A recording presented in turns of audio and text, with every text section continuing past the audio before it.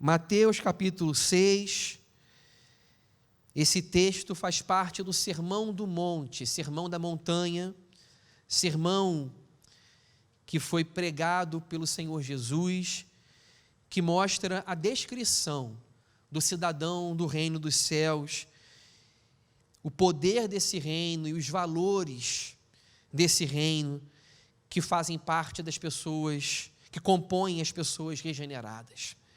Mateus capítulo 6, versículos 5 e 6. Leremos simplesmente o versículo 5 e 6. Diz assim a palavra do Senhor: E quando vocês orarem, não sejam como os hipócritas. Eles gostam de ficar orando em pé nas sinagogas e nas esquinas, a fim de serem vistos pelos outros. Eu lhes asseguro que eles já receberam sua recompensa, sua plena recompensa. Mas quando você orar, vá para seu quarto, feche a porta e ore a seu pai que está em secreto. Então seu pai, que vê em secreto, o recompensará. Vamos orar, gente?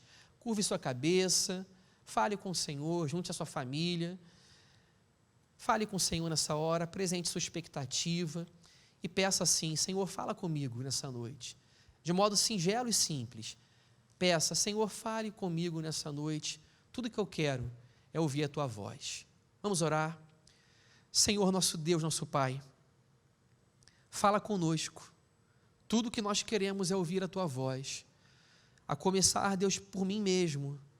Eu desejo a tua voz, a tua palavra que é doce como mel, que é mais preciosa que qualquer tesouro desse mundo, a tua palavra, Senhor Deus, que é pão do céu.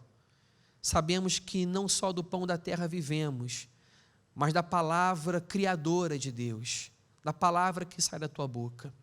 Fala ao coração, Senhor, da tua igreja, fala ao coração de todos nós. Dá-nos um coração humilde, receptivo, para acolher essa semente, e que essa semente frutifique, Senhor, no nosso coração nessa noite. Perdoa, Deus, por favor, os nossos pecados, para que toda a nossa atenção se volte não para nós mesmos, mas para o Senhor e para o sangue de Jesus, que Ele nos purifique de todo mal. Em nome de Cristo nós oramos. Amém. Amados irmãos, esse texto glorioso da palavra de Deus é o ensinamento do Senhor Jesus, falando a respeito da verdadeira espiritualidade. O capítulo 5 de Mateus, Sermão da Montanha, começa pelas bem-aventuranças. As bem-aventuranças descrevem o cidadão do reino dos céus. Diz que esse cidadão, ele é bem-aventurado, ele é abençoado por ser pobre de espírito. Ele é bem-aventurado por chorar, mas ser consolado. Ele é bem-aventurado por ser manso, por ter sede e fome de justiça, por ser pacificador, por ser puro de coração e por ser perseguido. De cara, o Sermão da Montanha mostra que os valores e a ética do reino de Deus subvertem todo o nosso sentido e todo o nosso padrão de felicidade. A nossa felicidade diz que a pessoa feliz é aquela pessoa que é rica, mas o Sermão da Montanha diz que o bem-aventurado é o pobre. Não uma pobreza de qualquer natureza, mas a pobreza de espírito, no sentido desse cidadão reconhecer o seu pecado, reconhecer a sua finitude e pequenez diante de Deus. Esse cidadão chora, ele chora pelo seu pecado, derrama lágrimas diante de Deus, reconhecendo que ele precisa desesperadamente de Jesus como seu Senhor e Salvador. E esse sujeito, ao invés de buscar direitos, de lutar de maneira acirrada, empenhada pela sua própria vontade, pelos seus próprios projetos, esse cidadão é manso. Esse é o cidadão do reino dos céus. Ele é descrito também como alguém não cheio de comida, mas alguém que tem fome e sede. Alguém que não vive em estado absoluto de segurança, mas alguém que é perseguido por causa da justiça. Esse sujeito bem-aventurado, ele não tem uma felicidade subjetiva que tem relação com aquilo que ele sente, mas a sua felicidade, o seu estado de alegria é o fato de Deus ter prazer na sua vida. O cidadão do reino dos céus, ele não é um sortudo, ele é um abençoado, ele é alguém sobre o qual o favor de Deus paira, é alguém para quem Deus ele sorri e emite o seu sorriso, o seu favor e o seu prazer. O Sermão da Montanha, ele segue descrevendo o caráter desse cidadão do reino dos céus, falando a respeito da sua justiça. Não é uma justiça dos fariseus, não é uma justiça exterior, mas é uma justiça escondida dentro do seu coração, que começa pelo fato de Jesus ter oferecido a sua própria justiça, que foi conquistada na cruz, em prol do seu povo. Esse sujeito é descrito como alguém bondoso. Ao invés de ser enraivecido e ter ódio no coração, ele não pratica o assassinato do coração. Ele não tem ódio pelas pessoas, mas ele tem amor.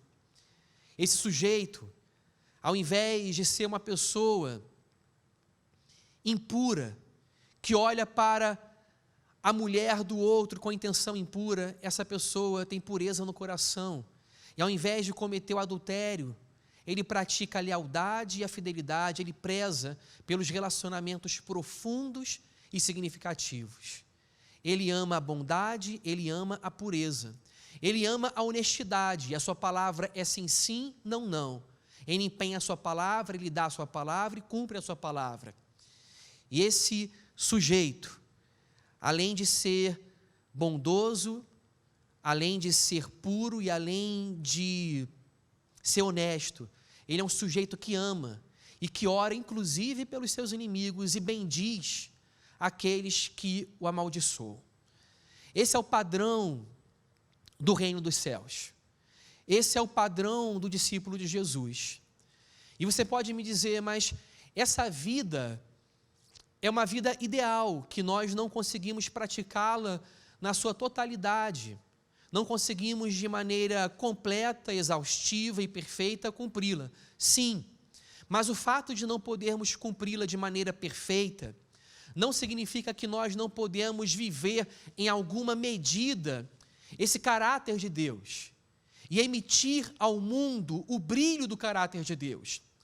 E o próprio Jesus, no Sermão da Montanha, ele dirá que nós somos luz do mundo e sal da terra, e que a nossa luz não pode ser escondida, mas a nossa luz deve brilhar. Não deve ser colocada debaixo de uma vasilha, devemos ser como uma cidade construída sobre uma montanha, para que nós tenhamos a visibilidade de mostrar ao mundo não o nosso caráter, mas o caráter de Deus. A descrição do cidadão do reino dos céus é a descrição de alguém que nasceu de novo, cujo coração foi regenerado, lavado pelo Espírito Santo de Deus. E essa pessoa agora é uma nova criatura, eis que tudo se fez novo e as coisas velhas se passaram. Jesus então descreve o nosso caráter assim: caráter de gente bondosa, de gente pura, de gente honesta e de gente que ama. E agora Jesus vai dar um passo além.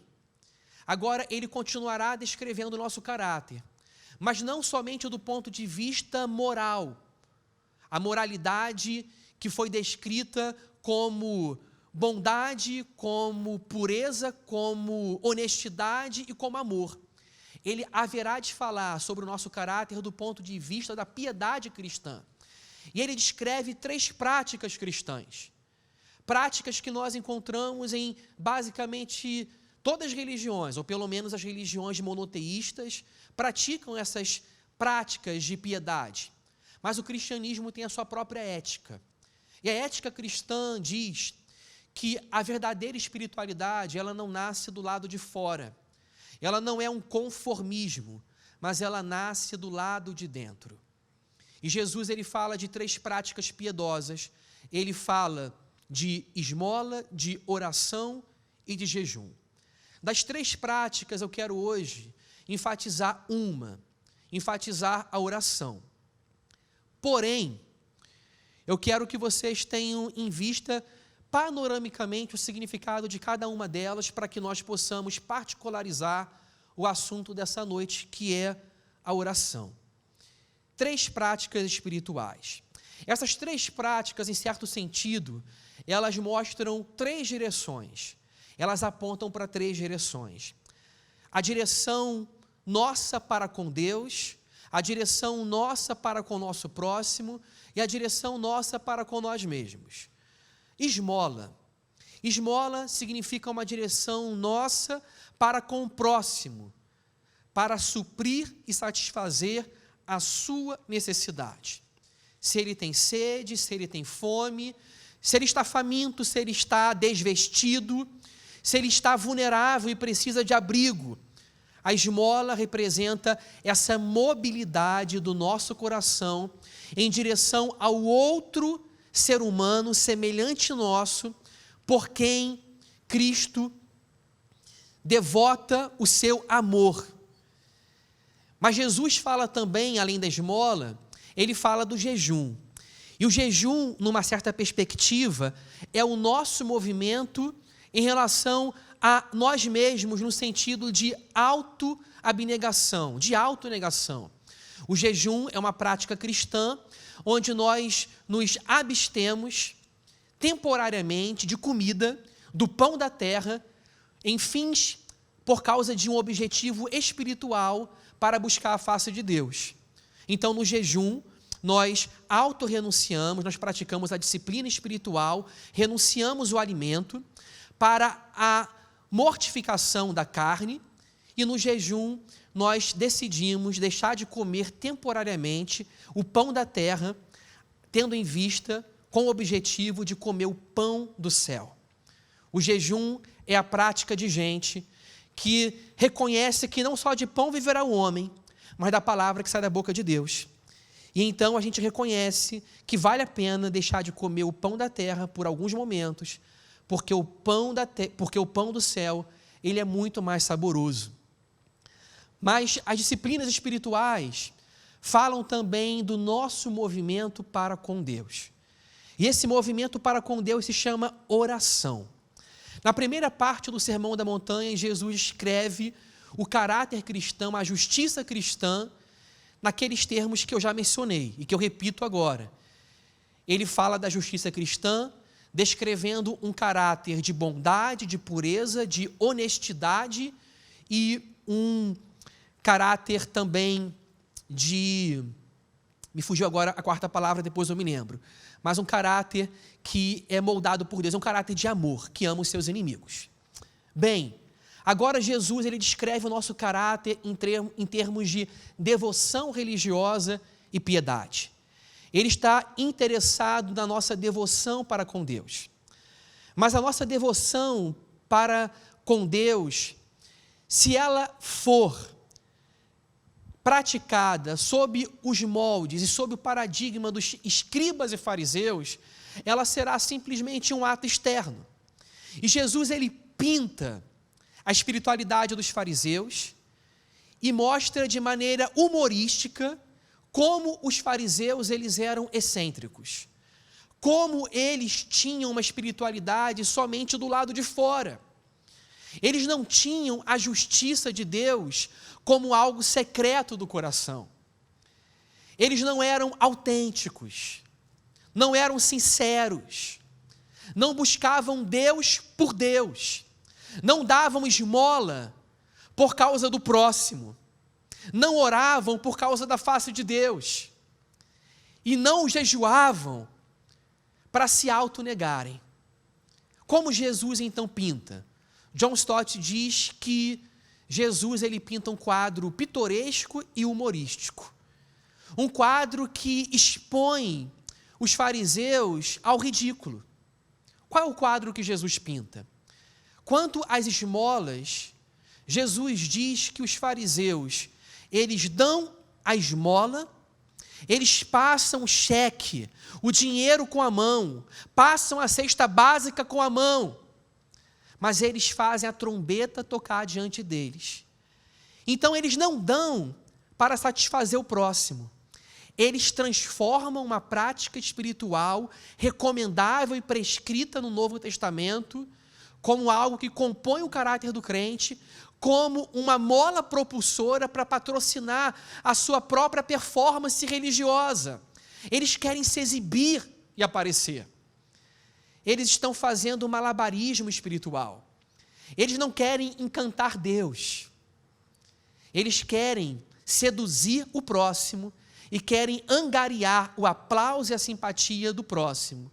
E também, no outro sentido, eles querem conquistar Deus através dos seus méritos.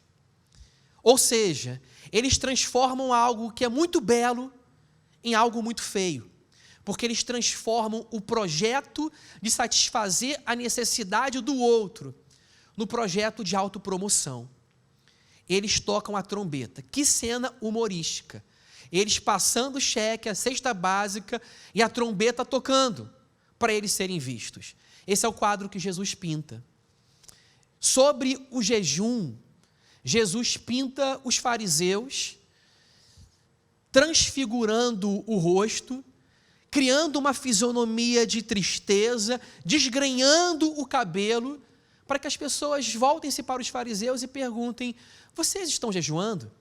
Porque no Antigo Testamento o jejum estava associado à humilhação, a pano de saco e cinza, a reconhecimento de pecado. Vocês se lembram de algumas histórias do Antigo Testamento?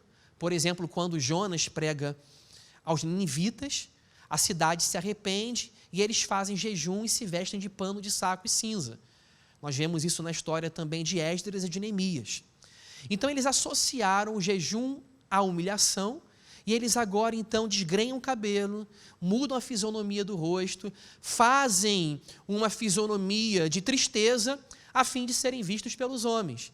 E Jesus fala o seguinte: não, lavem o rosto, unjam o rosto, coloquem algum cosmético no rosto, tratem do rosto, mas não demonstrem uma tristeza para vocês serem vistos pelos homens. Em relação à oração, Jesus mostra um outro quadro humorístico. Jesus mostra os fariseus indo para as praças públicas e para as esquinas, orando fervorosamente, orando com as mãos erguidas, fazendo oração audível. Mas eles oravam para serem vistos. Eles oravam porque na plateia deles, no auditório da vida deles, não estava Deus, mas estava o outro. Eles queriam fazer performance religiosa. E eles oravam publicamente para serem vistos. E vejam o que Jesus fala no versículo 5. Ele fala: e quando vocês orarem, não sejam como os hipócritas. E se nós voltarmos ao versículo 1 do capítulo 6, fala assim: tenham o cuidado de não praticar suas obras de justiça diante de outros para serem vistos por eles. Jesus, ele não é contra obras de justiça. Nós falamos até aqui sobre essas obras de justiça que procedem de um caráter justo, tanto no nível moral como no nível religioso. Mas o que Jesus está dizendo é: não pratiquem obras de justiça para vocês serem vistos. Jesus não está admoestando os cristãos, os seus discípulos, a deixarem as obras de justiça. Ele está nos instando, nos admoestando a sermos discretos, a cedermos à tentação do exibicionismo, de termos uma espiritualidade discreta, autêntica e sincera. Porque sempre que nós fizermos qualquer coisa em nossa vida cristã, a fim de sermos vistos pelos outros, nós estaremos fugindo da autenticidade e da sinceridade. E Deus ama coração quebrantado e contrito. Então Jesus diz: não façam para vocês serem vistos. Diz isso no versículo 1. E no versículo 5 diz: não sejam como os hipócritas.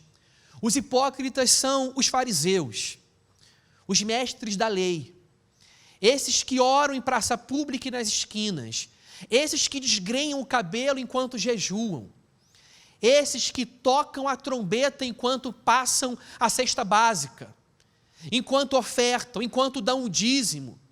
Eles fazem coisas que se devem fazer, que devemos fazer, mas eles fazem o certo pelo motivo errado. E Jesus, ele nos encoraja não a deixarmos de fazer o certo, mas a fazermos o certo pelo motivo certo. Porque a espiritualidade de Jesus de Nazaré não está interessado simplesmente com aquilo que faz a mão. Porque se a mão dá o dízimo, mas o coração se orgulha, o ato do dízimo pode ser um ato pecaminoso quando o coração ele não dá com alegria. O ato de orar é glorioso, mas quando eu estou fazendo estardalhaço, e estou orando, fazendo barulho para ser visto, mas não estou buscando a face de Deus, a oração se torna simplesmente uma performance, na verdade, é simplesmente barulho, mas não é oração. Jesus diz, não imitem os fariseus. No capítulo anterior, ele diz que a nossa justiça deve exceder, deve ir muito além a dos escribas e fariseus, porque a espiritualidade religiosa deles era algo simplesmente externo. Eles eram excêntricos, mas o coração deles estava distante de Deus. O que Jesus, então, ele nos fala, não sejam como os hipócritas. O que são os hipócritas? A palavra hipócrites no grego vem de um sentido original que fala sobre a atividade de um orador e de um ator. Ou seja, era a atividade de alguém que encenava, que estava sobre um auditório e fazia uma performance, uma encenação diante de um auditório, a fim de criar um personagem, fazia uma interpretação. Se um ator interpreta, não há problema, porque ele é um ator. E o auditório sabe que ali existe uma teatralidade, existe uma interpretação. Mas o problema apontado por Jesus é que os fariseus, eles faziam o que faziam para iludir, para que as pessoas pensassem que era suficiente aquele ato externo. Mas a justiça do reino de Deus, ela está escondida no secreto do coração. Jesus, então, gente, ele ama a realidade, mas ele odeia a hipocrisia, que é o fingimento, que é a dissimulação.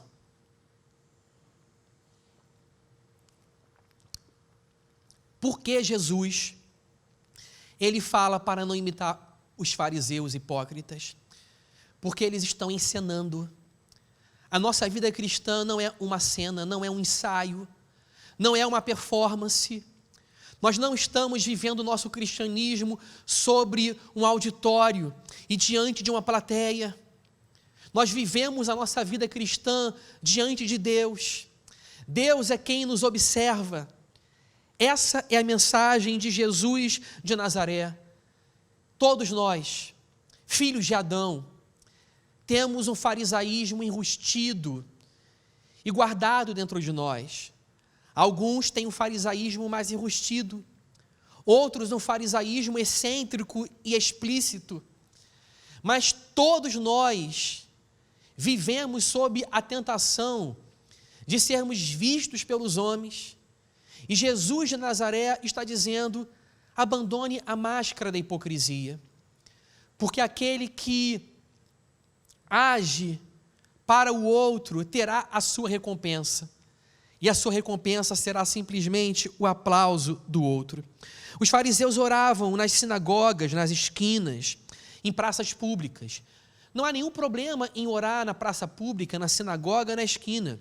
Se os fariseus quisessem dizer que falar com Deus pode ser em qualquer lugar, não precisa ser em Jerusalém, no templo, mas pode ser em qualquer lugar, essa seria uma boa mensagem. Mas não era essa a finalidade dos fariseus. Os fariseus, eles estavam orando simplesmente para sermos vistos. E aí, para serem vistos. E aí Jesus, ele fala para os seus discípulos e fala para nós hoje, no século 21. Ele fala, quando nós orarmos, nós devemos ir para o nosso quarto, trancar a porta e falar com o nosso Pai secreto. E o nosso Pai secreto, Ele haverá de nos ouvir e estará conosco. A Bíblia de Jerusalém, na sua tradução, fala para nós trancarmos a porta do quarto e falarmos com o nosso Pai naquele lugar secreto que Deus está. Ela demonstra o sentido de nós estarmos no nosso quarto, no lugar secreto que Deus está, naquele lugar que Deus está em secreto. Ou seja, ir para o quarto é ir para o lugar onde Deus está nos esperando para nós estarmos a sós com Ele. Trancarmos a porta do quarto não significa que nós devemos levar esse texto a uma rigidez de literalidade. O quarto pode não ser necessariamente o quarto, pode ser um outro lugar, mas é um lugar onde nós nos trancamos, pelo menos num sentido metafórico, e nós silenciamos as vozes externas, os barulhos, nós deixamos de tocar os celulares, as sirenes, nós deixamos de atender às demandas desta vida, nós deixamos de agir pela nossa performance, nós paramos de correr atrás do vento, deixamos, naquele momento, de correr atrás do pão, da roupa, das necessidades da terra, das nossas listas de desejos, dos nossos projetos, graduações, titulações. E no quarto, nós reconhecemos que vale a pena buscar simplesmente o básico. E o básico é Deus. Nós reconhecemos que Deus é a nossa porção satisfatória, é a nossa herança, que Deus é tudo aquilo de que nós necessitamos, nesse mundo de tantos apelos, que diz que para nós sermos felizes, nós precisamos do corpo com medidas perfeitas, precisamos do melhor emprego, da melhor remuneração, precisamos talvez da estabilidade de um emprego público, porque ali não mandam embora e existe então estabilidade. Nós acreditamos que para sermos felizes precisamos da estabilidade de um plano de previdência privada, ou então guardamos numa conta particular o dinheiro para aposentadoria, para vivermos depois dias tranquilos e felizes. Acreditamos que para sermos felizes precisamos viajar para quebrar a monotonia da vida, das paisagens repetidas. Então precisamos de muitas paisagens. Gente, não existe nada de errado nisso. Na previdência, na prudência, no planejamento de uma viagem, tudo isso é legítimo. E o autor de Eclesiastes diz que quando nós sabemos que tudo isso vem da mão de Deus, vale a pena comer, beber e se alegrar, quando tudo procede de Deus. No entanto, na oração, antes de nós buscarmos a mão de Deus e aquilo que Deus pode nos dar, na oração nós estamos buscando a face de Deus. Eu não estou querendo aqui fragmentar Deus, mas simplesmente por uma questão didática, nós devemos buscar também o que Deus faz com as suas mãos. Mas por uma questão didática, eu quero dizer que muitas vezes nós buscamos simplesmente a mão de Deus, aquilo que Deus pode dar. Mas antes de nós recebermos qualquer coisa da mão de Deus, nós temos a presença, nós temos a face de Deus. E esse texto diz, volto novamente para o texto, esse texto diz: eu lhes asseguro que eles já receberam a sua recompensa. Versículo 6, mas quando você orar, vá para seu quarto, feche a porta e ore a seu pai que está em secreto. Ore a seu pai que está em secreto. Ou como diz a Bíblia de Jerusalém, ore a seu pai que está naquele lugar secreto. Deus está naquele lugar. Não é Deus dizendo para você, vai para ali, vá para ali. Como se Ele estivesse aqui, mandando você ir para ali. Não é Deus mandando você ir para um ali onde Ele não está. Não é Deus mandando você ir para Jerusalém, para o templo de Salomão, para o templo que foi embelezado por Herodes. Não é Deus mandando você para o templo maior. Não é Deus mandando você para Meca. Não é Deus mandando você para Santiago de Compostela, mandando você para lugares ditos como sagrados, para onde as pessoas fazem peregrinações, como se Ele fosse inatingível e inalcançável. Não, Deus não está mandando você viajar, ir para o Oriente Médio, e ir para Jerusalém e orar no Muro das Lamentações. Essa viagem é muito proveitosa para a gente conhecer a geografia bíblica e se emocionar em ver que Deus saiu dos céus e veio para a terra mesmo. Mas Deus não está mandando você ir para um lugar sagrado como se Ele estivesse circunscrito a lugares. Vá para o seu quarto, para aquele lugar sagrado onde eu estou. O lugar sagrado não é porque ali houve uma sacralização como Jerusalém. O lugar é sagrado porque todo lugar que Deus está é sagrado. E onde Deus está onde você está, onde você o invoca. Quando você invocar Deus de todo o seu coração, você haverá de encontrá-lo, porque Deus não se esconde. Deus é o Deus que mostra o seu rosto, que resplandece, que aparece para nós. Ao invés dele mandar você ir para longe, vá para Jerusalém, Ele diz, vá para o seu quarto. Reserve-se, fique quieto, sossegue o seu coração, fique sozinho comigo. É aquele momento que a gente pratica muito em retiro e chama de a sós com Deus. E esse é o nome dessa mensagem nessa noite. A sós com Deus. Fique a sós com o Senhor, no seu quarto. Se não for o seu quarto, se for a sua sala, se for num bosque, se for caminhando, durante um tempo que você pode estar sozinho com Deus, sem interrupções, sem vozes distoantes, faça desse lugar o lugar do seu sossego, o lugar secreto. Mas o que a Bíblia está dizendo é o seguinte, que a recompensa está não em buscar a visibilidade, mas está no lugar silencioso e em secreto diante de Deus. Porque nesse lugar secreto é o lugar que Deus está. Gente, os fariseus buscavam plateia. Mas o que Jesus está dizendo é que quem busca a plateia já tem a sua recompensa. E que recompensa? O aplauso, a admiração, o elogio, a bajulação do outro. Mas que recompensa parca, pífia, que recompensa pobre. É um mortal da mesma natureza que a nossa, pecador e finito, olhar para nós e nos admirar. Que recompensa pobre. É essa a recompensa que você quer? A recompensa que nós temos quando nós oramos para realmente buscar a face de Deus é saber que o próprio Deus nos vê, que o próprio Deus está conosco, que Ele nos assiste, que Ele se revela a nós.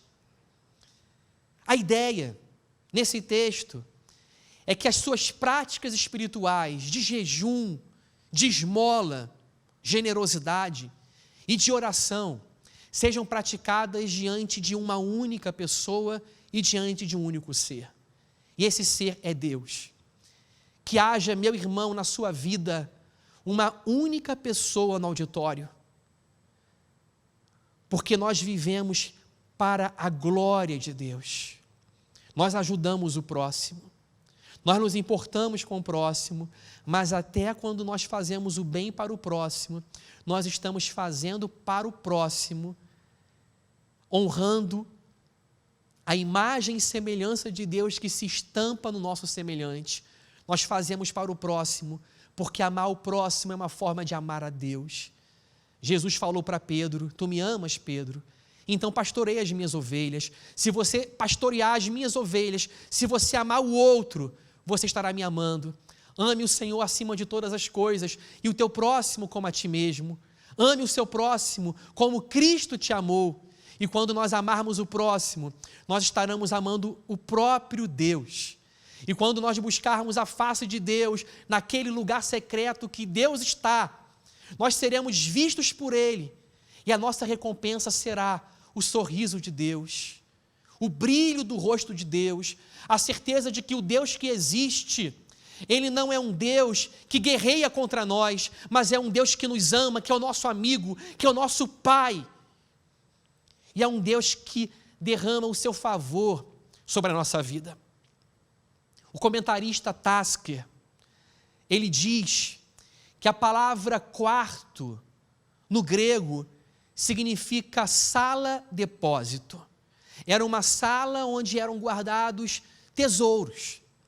E ele sugere a seguinte interpretação, que quando nós vamos para o quarto onde Deus está, e nós falamos com Ele, tesouros encontram-se ali, escondidos e nos aguardando. Que tesouro? É a própria presença de Deus. Que tesouro? Promessas, paz, consolação, a presença de Jesus, a presença do seu amor, da sua justiça, da sua ternura, da sua bondade, da sua compaixão, a totalidade da presença de Deus, desse caráter santo revelado a nós. C.S. Lewis disse: a oração não muda Deus, mas a oração muda aquele que ora. E é impossível entrar em contato com esse ser majestoso e próximo e não ser transformado. A oração não muda o imutável, mas a oração muda todo aquele que entra nessa presença e compartilha desse caráter e mergulha na vida exuberante da Santíssima Trindade para participar dessa comunhão do Pai, do Filho e do Espírito Santo. Porque a oração, ela é uma atividade trinitariana. Nós falamos com o Pai através do Filho e na dependência do Espírito Santo. Nesse ambiente trinitariano, nós somos transformados. Não ore esperando a mão de Deus apenas, esperando o favor, esperando as bênçãos pelas quais você suplica. Isso faz parte, espere isso também, mas coloque isso na perspectiva correta. Primeiramente, busque a face de Deus, busque o caráter, queira orar simplesmente por estar na presença dEle, e se satisfaça, meu irmão, com a presença do Senhor. Deleite-se na presença do Senhor. O texto fala assim: quando você orar, vá para o quarto, feche a porta e ore a seu pai que está em secreto. Então seu pai que vê em secreto o recompensará. Irmãos, o pai vê. E essa é uma declaração, uma premissa cristã que nós encontramos em todas as Sagradas Escrituras. Abraão foi chamado por Deus e Deus falou: Abraão,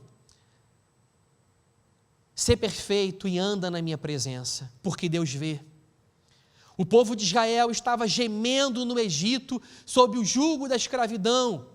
E Deus se revela a Moisés e diz: eu vi e ouvi o gemido e a aflição do meu povo, e eu desci para livrá-lo.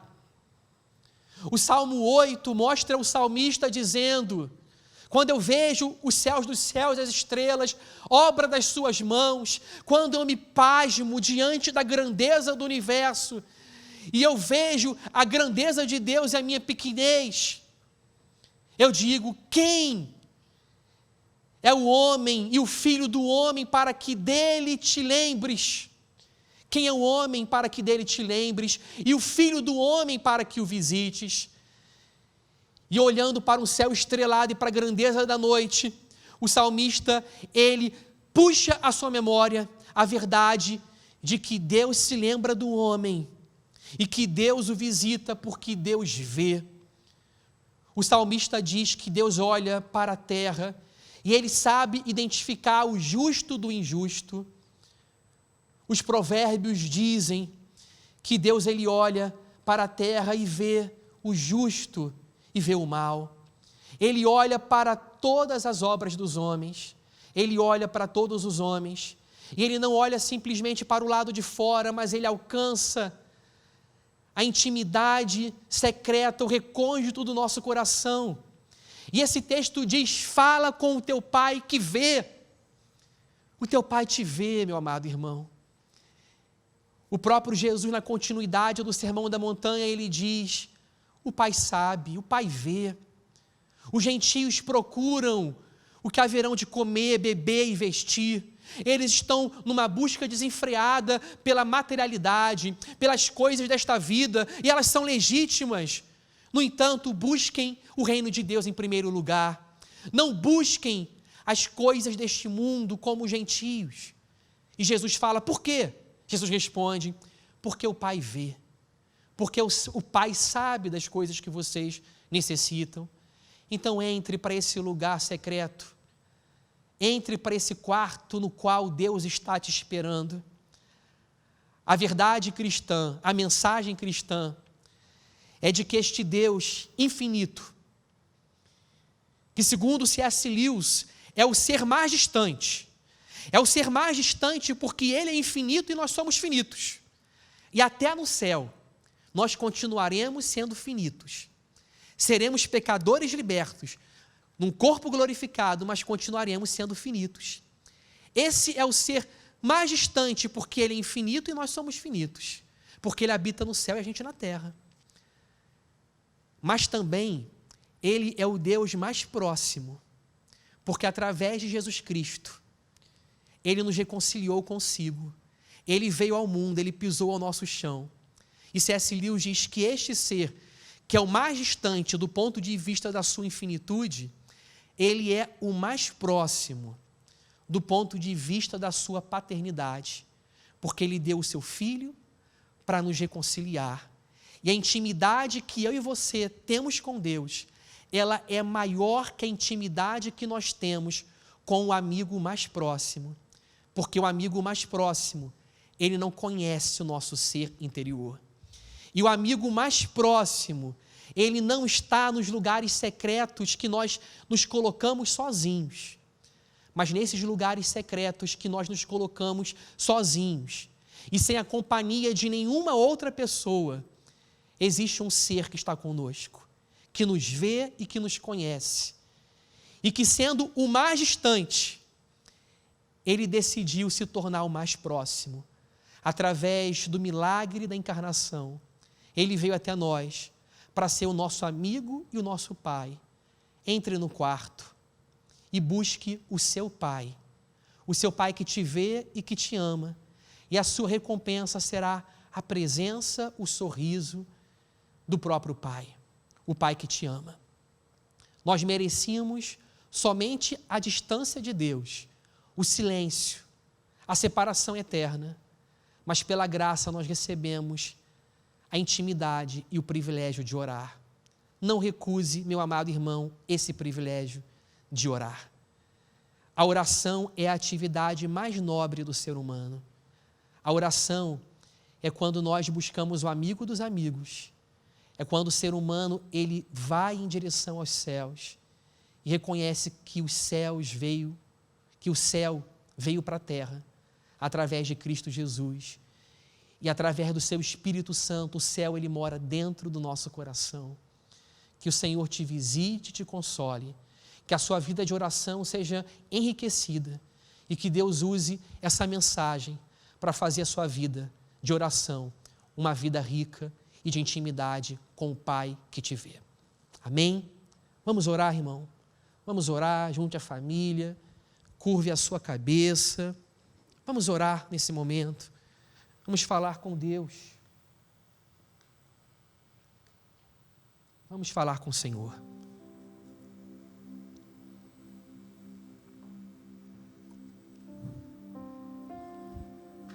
Senhor, nosso Deus, nosso Pai, nós te louvamos, te agradecemos, porque nós poderíamos conhecer somente um Deus distante. O profeta Jeremias disse que o Senhor é Deus de longe. Isaías reconheceu que o Senhor está sobre um trono alto. Os salmistas te viram entronizado entre os querubins. Tu és aquele que as nações são para ti como uma gota que cai de um balde. E o Senhor mede os céus a palmos, porque o Senhor é grande e distante e Deus de longe. Mas o Senhor não é só Deus de longe, o Senhor é Deus de perto. O Senhor é o Deus do quarto. O Senhor é o Deus que não nos manda ir para Meca, para Jerusalém, que não nos manda subir escadarias, acender velas, que não nos manda orar em praças públicas, que não nos manda fazer um tipo de jejum exibicionista. O Senhor é o Deus que nos livra da espiritualidade excêntrica, da espiritualidade que é simplesmente superficial. O Senhor não quer a máscara do hipócrita. O Senhor não quer uma cena de nós. O Senhor quer o nosso coração sincero e autêntico diante de Ti. E nós te pedimos hoje, Senhor, dá-nos um coração segundo o Teu. Dá-nos um coração reto, quebrantado.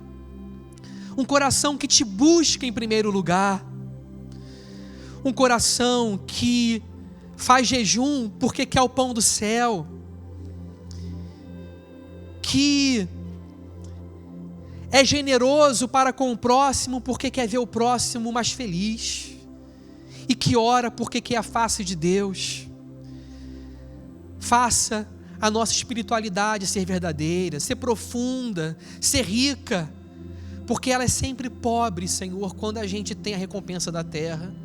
Que o Senhor seja o único no nosso auditório, o único, que nos basta saber que o Senhor olha para nós e sorri, que nos basta saber e que nos encha de alegria saber que o Senhor está naquele lugar secreto. Aquele quarto não é aquele lugar distante, é o lugar onde o Senhor já está e nos chama. Senhor, como é assustador saber que o Senhor quer ter comunhão conosco. O interesse não é só nosso. Na verdade, o interesse começou contigo. Se o Senhor não nos quisesse, se o Senhor não nos amasse, se o Senhor não nos chamasse para orar, nós nunca iríamos. Ah, Senhor, que ocorra no nosso coração a Tua voz dizendo: me busque, e que digamos a Ti: buscarei, pois, Senhor, a Tua presença. Faça a Igreja Presbiteriana das Américas ser uma igreja que ora, uma igreja que busca intimidade com o Senhor, uma igreja que quer o tesouro do céu, a recompensa do céu. Que nós voltemos dessa quarentena muito mais quebrantados, muito mais unidos, nossos lares muito mais refeitos, Senhor. Por favor, Senhor, por favor, obrigado porque Tu és o nosso Pai. Que nós tenhamos uma vida a sós com Deus, mesmo quando estamos na multidão, que nós tenhamos a percepção de que nós podemos estar a sós com Deus e falar contigo. Obrigado pelo Teu amor, pelo amor do Deus que decidiu não ser Deus só de longe, mas decidiu ser Deus de perto. Emanuel, Deus conosco, Deus que trouxe o céu para dentro do nosso coração através do Seu Espírito. Obrigado, Senhor Jesus, obrigado, Senhor. Amém, Senhor, e amém.